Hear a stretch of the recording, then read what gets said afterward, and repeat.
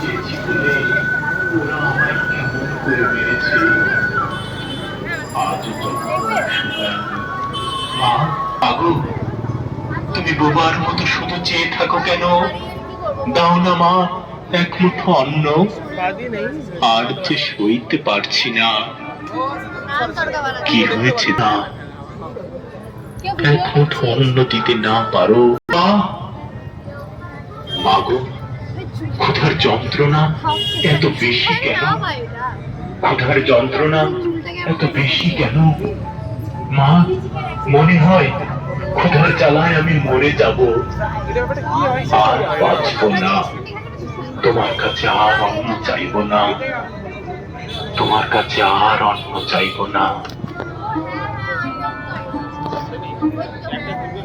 ভীষণ ক্ষুধা।